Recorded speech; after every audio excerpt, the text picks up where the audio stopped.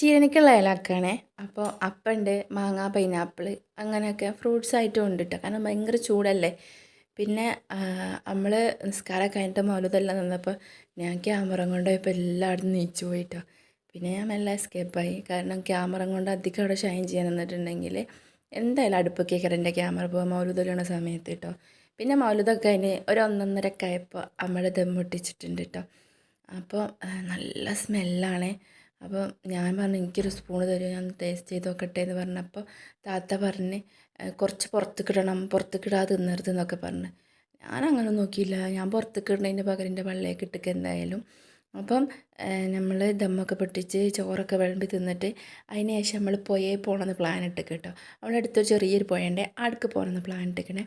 ഈ ചോറിൻ്റെ കൂട്ടത്തിലുണ്ടല്ലോ എൻ്റെ റബ്ബേ തേങ്ങ ചമ്മന്തി ഇല്ലേ, നമ്മളെ സുറുക്കൊക്കെ വെച്ചിട്ടുള്ള മല്ലിച്ചപ്പും പുതിനച്ചപ്പും ഇഞ്ചിയൊക്കെ ഇട്ടുള്ള ചെറിയുള്ളിയൊക്കെ ഇട്ടുള്ള എൻ്റെ റബ്ബേ അത് കൂട്ടി തിന്നാണ്. ഓ എൻ്റെ അമ്മ എന്ത് ടേസ്റ്റാന്നാ. കുളു കുളു കുളുവെന്ന് പോലത്തെ ബീഫാണേ. ഓ എൻ്റെ റബ്ബേ ഒട്ടുക്കത്തെ ടേസ്റ്റാട്ടോ. അപ്പോൾ നമ്മൾ പുഴയ്ക്ക് ഇറങ്ങിയിട്ടുണ്ടേ.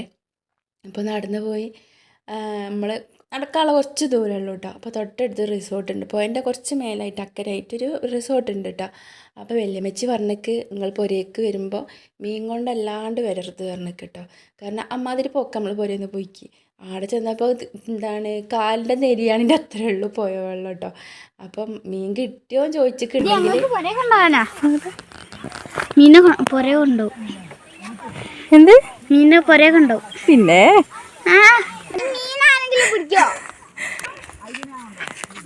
എന്തെങ്കിലും വിചാരിച്ചു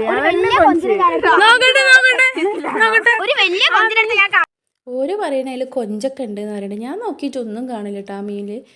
എന്തോരോ എന്തായാലും വല്യമ്മച്ചിനെ കാണിക്കാനുള്ള മീനൊക്കെ ഉണ്ടായില്ലേ.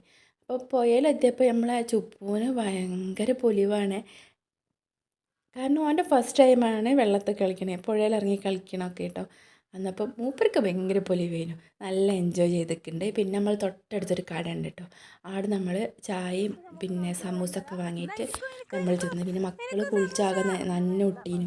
പിന്നെ ഓരോ തുടച്ചെടുക്കലും പിന്നെ എല്ലാവരും ഏലാകി. പിന്നെ നമ്മൾ അവിടെ നിന്ന് ഒരു ഫോട്ടോ ഒക്കെ എടുത്ത്. അങ്ങനെ വേണമല്ലോ, ഒരു ഫോട്ടോ ഒക്കെ വേണമല്ലോ, നാട്ടുകാരെ അറിയിക്കണ്ട നമ്മൾ പോയതൊക്കെ. അങ്ങനെ ഫോട്ടോ ഒക്കെ എടുത്തിട്ട് നമ്മൾ തിരിച്ചു പോന്നു.